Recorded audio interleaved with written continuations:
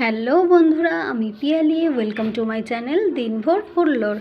তোমরা সবাই কেমন আছো? আশা করি খুব ভালো আছো। আমিও খুব ভালো আছি। আজকে তোমাদেরকে আলাপ করাই এনার সাথে।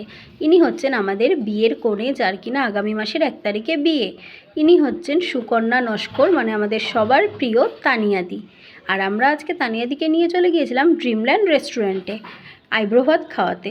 তবে আইব্রো ভাত কথাটা বলা হয়তো ভুল হবে, কারণ আমরা তানিয়াদিকে আইব্রো ভাত খাওয়াইনি। কারণ আমি যখন বলেছিলাম তানিয়াদিকে যে আইব্রো ভাত খাওয়াবো, তখন তানিয়াদি বলেছিল যে দেখো পিয়ালি, আজ যাই করো, আইব্রো ভাত খাইও না, কারণ আমি ওই একঘেয়ে 5 রকমের ভাজা মাছ এগুলো খেতে খেতে আমার মুখের একদমই স্বাদ চলে গেছে। তো কি করা যায়, আমরা ভাবলাম তানিয়াদিকে তো খাওয়াতেই হবে, তো চলো একটা অন্যরকম কিছু করি, যেটা করে তানিয়াদির মুখের স্বাদ ফিরিয়ে আনা যায় একই খাবার না খাইয়ে।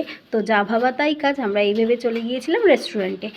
আর রেস্টুরেন্টে গিয়েই প্রথমে ড্রিমল্যান্ডের স্পেশাল চিকেন ড্রামস্টিকটা অর্ডার করে দিয়েছিলাম, যেটা কিনা খুবই সুন্দর খেতে ছিল। তারপরে আমরা বেশ কিছুক্ষণ ফটো তুলে একটু আড্ডা মারলাম। আর কোথাও যাব ফটো তুলব না, এটা তো হয়ই না। অনেকক্ষণ আড্ডা মারার পর আমাদের মেন কোর্স চলে এসেছিল, ফ্রাইড রাইস আর চিলি চিকেন, যেটা কিনা তানিয়াদির খুবই পছন্দের ডিশ।